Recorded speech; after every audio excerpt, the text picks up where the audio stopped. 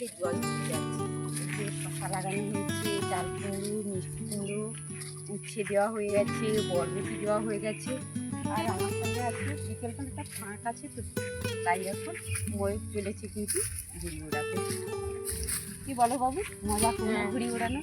আর আমাদের মাঠে কি হয়, সমস্ত ছোটরা কিন্তু ঘুড়ি ওড়ায়। আমরা মাছ চাষ করছি তো ওরা কি করছে, ঘুড়ি ওড়ায়।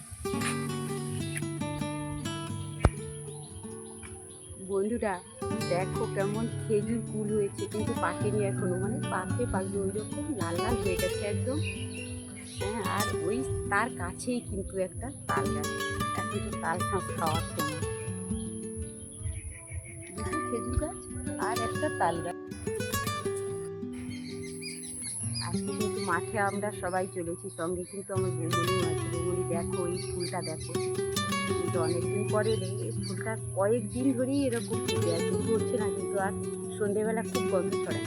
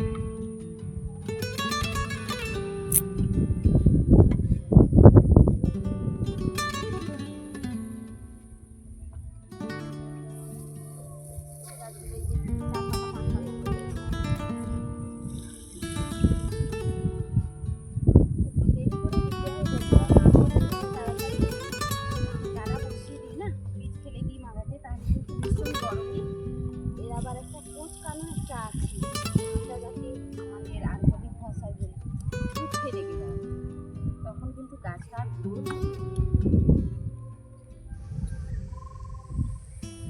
পট করে পতঙ্গ ঘুরছে। ওইদিকে আমাদের বাবুরা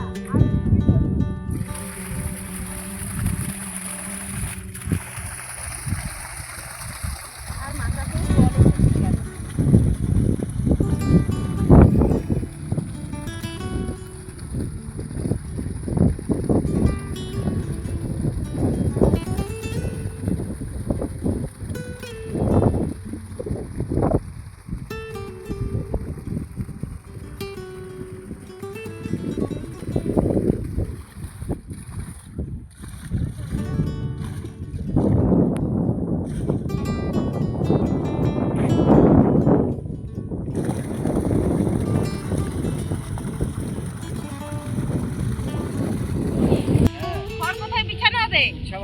উছাবাড়িতে ভেলি টানা হয়ে গেছে। হ্যাঁ, সব হয়ে গেছে, বীজটা ফেলেছি, সবেমাত্র উঠবে, এবার মনে হচ্ছে।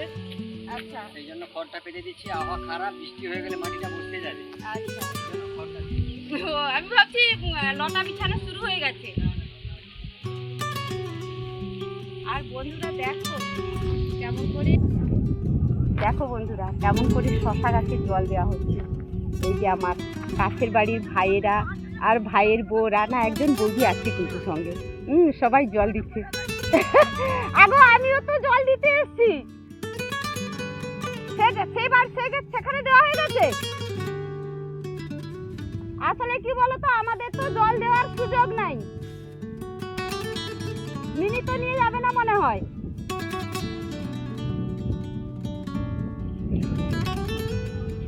না আর কি জল নাই, এক ভাই জল হলে হবে, লাগবে তো জল। আসলে কালকে না ভাইয়েরা চাপান সার দিয়ে দিয়েছে, এই জন্য জলটা দিতেই হবে। এত রোদ তো, নয়তো গাছটা সব কি বলবো সেদ্ধ হয়ে যাবে, ঠোসা পোড়া রোগ এসে যাবে আর কি। বন্ধুরা, এতক্ষণ সঙ্গে থাকার জন্য সবাইকে অনেক অনেক ভালোবাসা, অনেক ধন্যবাদ। যে যেখানেই থাকুক, সুস্থ থাকুক, ভালো থাকুক, ঈশ্বর সবার মঙ্গল করুন। দেখা হবে পরের ব্লগে।